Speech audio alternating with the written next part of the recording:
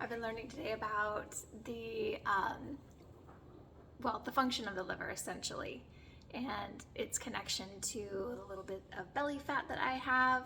And I just want to share with you what I'm discovering as a way to lock it into my brain a little bit better, and also practice just sharing this information with people because it's fascinating and it's super important.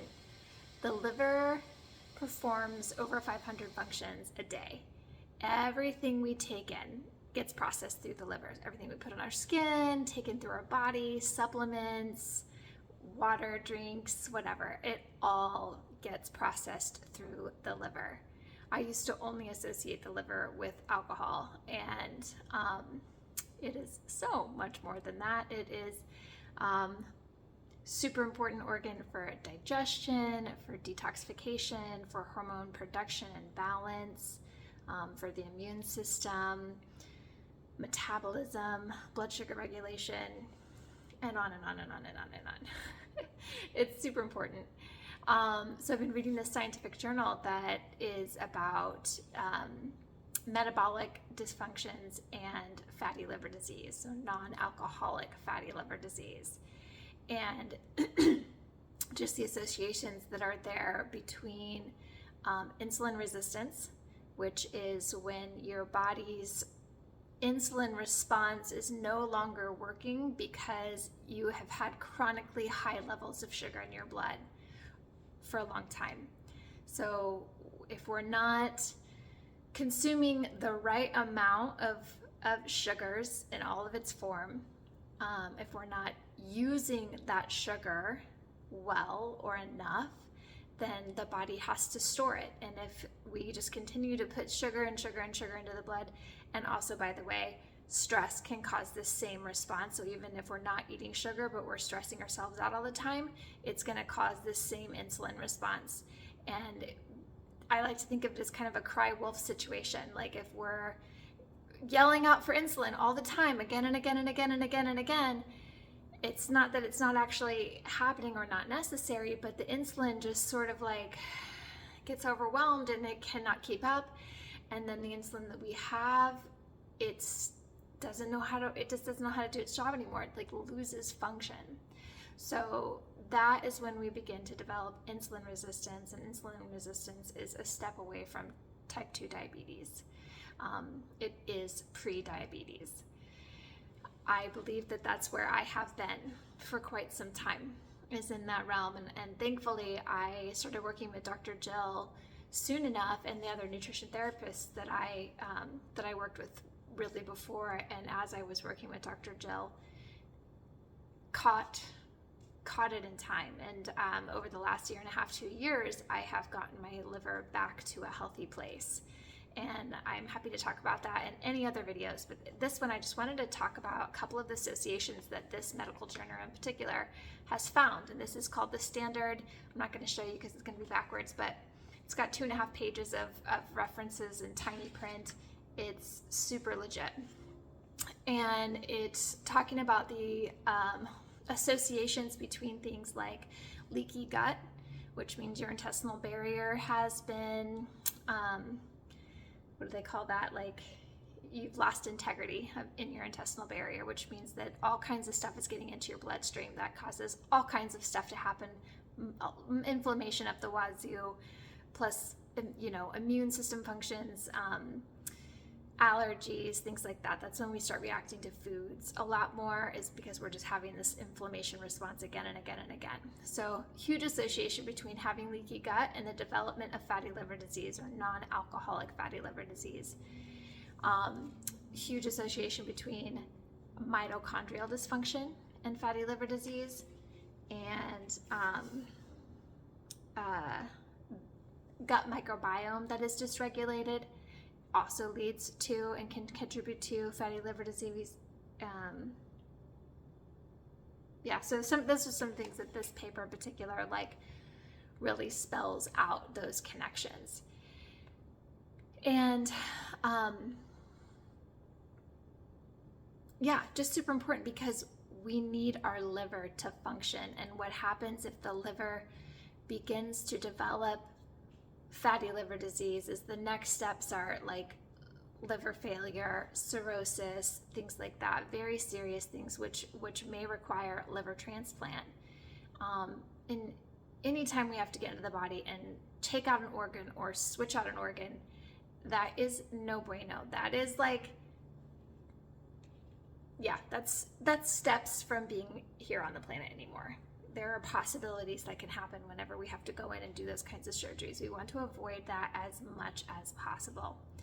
And what I love about this journal is that it talks about how the best way to do that preventative work is through nutrition and lifestyle, specifically working with someone who is trained to help an individual find the perfect program for themselves, the perfect protocol to help a person assess where they are dysregulated in their life, in their lifestyle, in their food, that would help, by clearing out those extraneous dysregulations, will help bring the body back into alignment with itself so that the liver is being supported. And when the liver is supported, then it gets to perform those 500 super important functions every day. And what happens when the liver is functioning well? We sleep better, we digest better, our hormones are regulated, we feel better, we have better energy, our brain works. There's like so many things that are tied to, they're all just tied together. I mean, the whole body is this beautiful orchestra that is always working for our benefit with the tools that it has. And the tools that it has are what we give it. So what we take into our body, what we put on our body, things like that. And how we live our life, because the other super important things are stress levels, getting enough sleep, getting enough water in our bodies, drinking enough like nutritious water. You'd think that water is just water, but it's not all the same.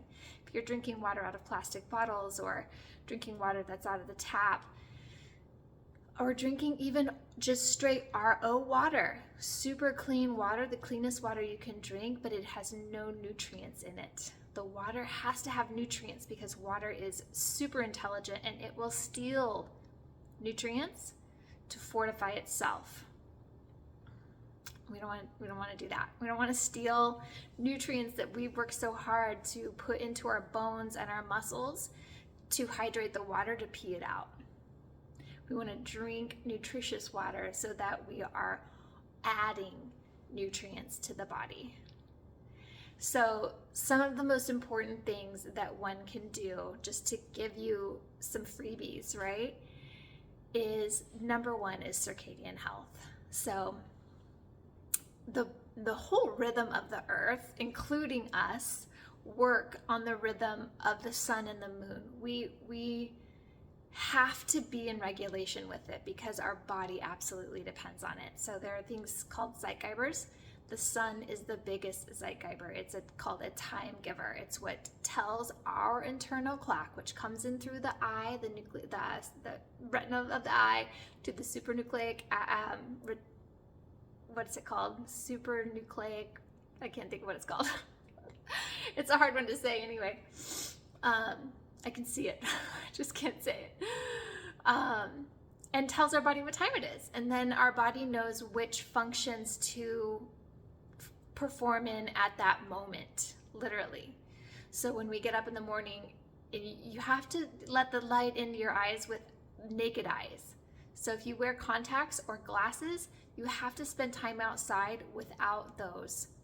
The best times to do it is at the beginning of the day and the end of the day, especially if you have to wear contacts, like for your personal safety or something like that. Then that might be the only time during the day, really regularly, that you get to spend outside without there being a barrier on your eye.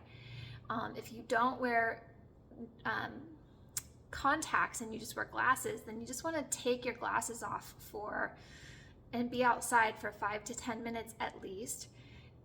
Sunrise, sunset, and then somewhere during the middle of the day as well. So even if you're just going to and from, if you can take your glasses off for a few minutes at a time here and there throughout the day, that is going to send those signals to your brain to tell your body what time it is.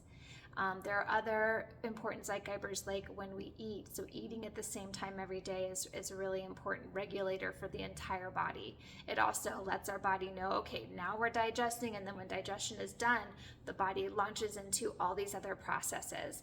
And if we don't give ourselves that free time in between eating times, then there's a whole lot of stuff that doesn't get to happen during the day.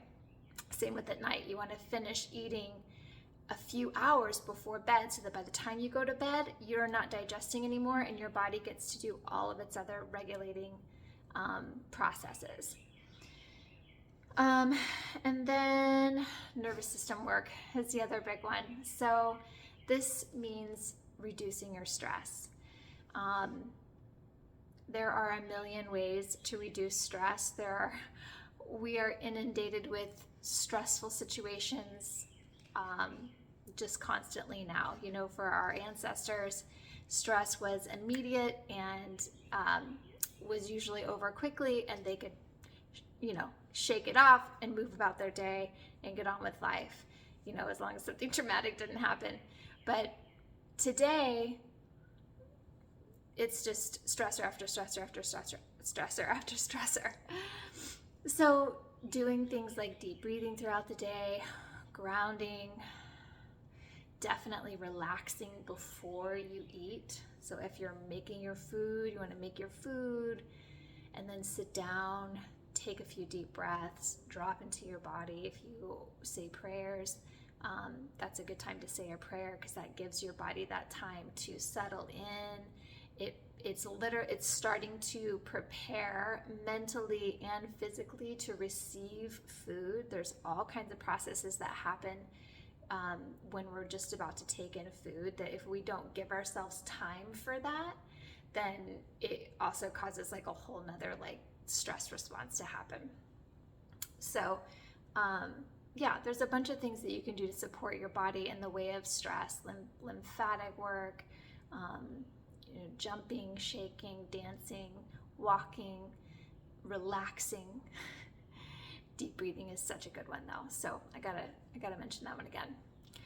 So just wanted to share some of the things I've been learning today, and if you ever want to know more, please reach out. I'm available and really working on creating more classes and things like that because I really enjoy teaching as many people as possible about these processes. So, all right, y'all take care.